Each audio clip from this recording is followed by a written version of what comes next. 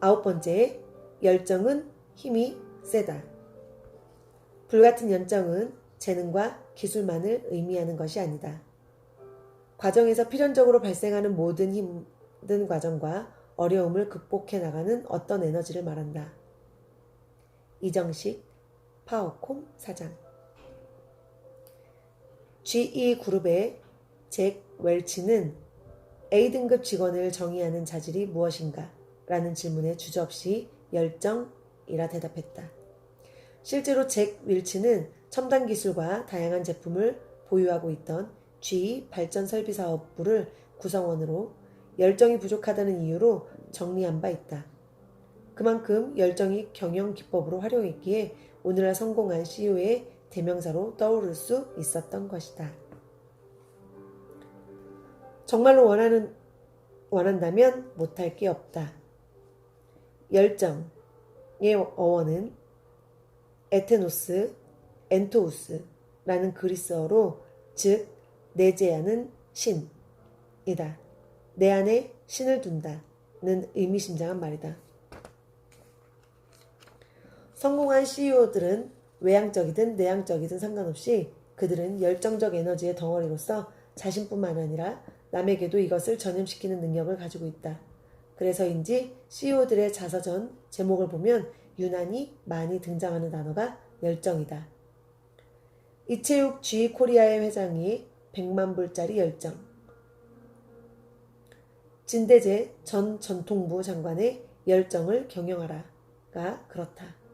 사원의 채용 요건 중 첫째로 열정을 꼽는다는 한 CEO에게 물어보았다. 열정이란 추상명사를 현실에서 어떻게 구체적으로 측정하고 알아볼 수 있습니까?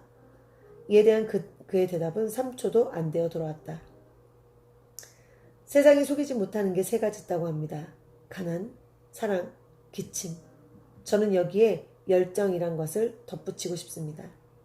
열정은 용암처럼 솟아오르는 것이어서 감춘다고 감춰지지도 가린다고 가려지지도 않으며 자연 발생적으로 드러나게 되어 있죠. CEO들은 한결같이 열정의 힘은 세다고 입을 모았다. 역경을 인내하게 만들고 남을 복돋우게 만들고 일을 즐겁게 만드는 원천이란 설명이었다. 일에 치인다고 생각하면 결코 할 수 없죠. 하나하나 성취해 나가는 것이 즐거웠습니다. 아는 것은 좋아하는 것만 못하고 좋아하는 것은 즐기는 것만 못하다는 말도 있지 않습니까? 바로 열정이란 일을 즐기는 힘이라고 봅니다. 일에 함몰돼 통찰력을 잃지도 않고 일을 갖고 즐겁게 놀 수 있는 여유는 열정에서 나옵니다. 자신이 처한 조건을 자신이 가진 재능을 넘어서게 만드는 게 바로 열정이란 인자니까요. 이를 통해 회사가 나아갈 방향이 무엇인지를 알고 거기에 자신의 꿈의 트랙을 맞추는 것이죠. 서두칠 동원시스템즈 부회장은 열정을 이렇게 정의한다. 열정은 곧 희생입니다. 영화 The Passion of Christ라고 있지 않습니까? 우리나라에선 예수의 고난이라고 번역되어 있죠. 열정을 고난이라고 생각하면 전진할 수 없습니다. 열정을 가진 사람은 목표를 향해 어떤 고난이 있더라도 기꺼이 나가고 남보다 먼저 솔선수범합니다. 그 열정이 진실로 인식되고 남에게도 저절로 전염되는 것이지요.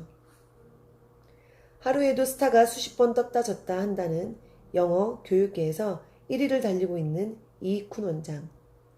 그는 늘 웃는 얼굴이다. 그는 미국으로 훌쩍 건너가 세계적 석학, 촘스키 교수를 만나고 온 등 엉뚱한 일을 곧잘 하곤 한다.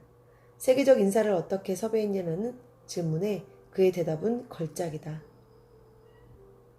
원하는데 못할 게 뭐가 있겠나, 김 기자? 정답은 열망이란 것이다. 그의 이 같은 간절한 바람은 국내의 인물을 만날 때도 발휘한다.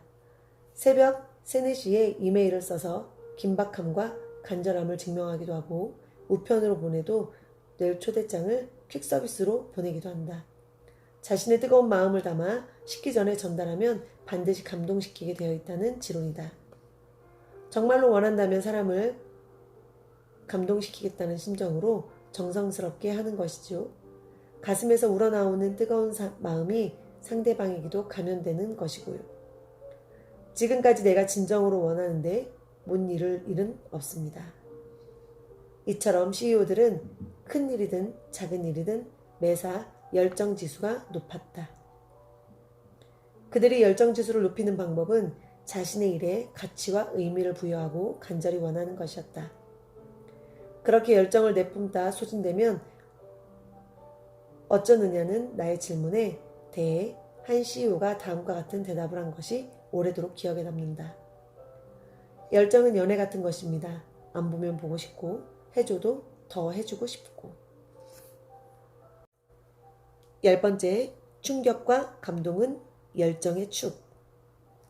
참된 발견은 새로운 땅을 발견하는 것이 아니고 새로운 눈으로 보는 것이다. 마르셀 프루스트, 프랑스의 작가. 트롯 가수 현철 씨가 부른 봉선화 연정 손대면 톡하고 터질 것만 같은 이라는 구절이 나온다. 최고 경영자들과 이야기하다 보면 위에 유행가 가사가 떠오르는 경우가 많다. 보통 사람보다 훨씬 감성이 발달하고 충격도 감동도 잘 받는다는 점에서 그랬다. CEO와 인터뷰할 때 의뢰에 빠뜨리지 않고 던지는 질문 중 하나는 인생의 터닝 포인트가 무엇이냐는 것이다.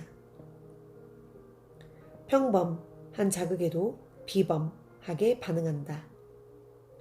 처음에 나는 최고 경영자들이 아주 거창한 이야기를 할 것으로 기대했다. 하지만 웬걸 대부분 나의 기준으로 볼 때 시시하거나 나도 이미 알고 있는 경우들이었다.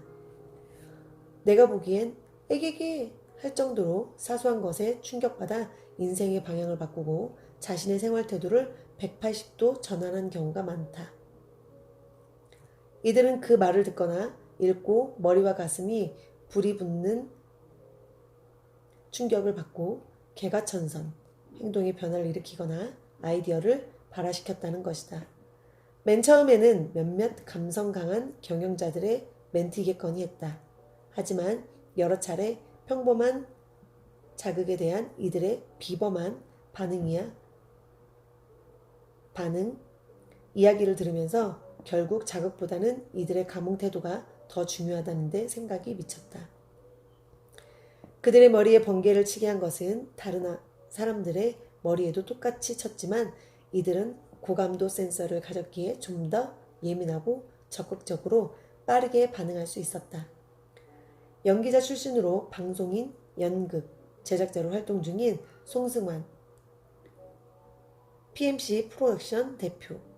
그는 비언어극 난타를 뉴욕 브로드웨이를 비롯 세계 무대에 진출시켰다.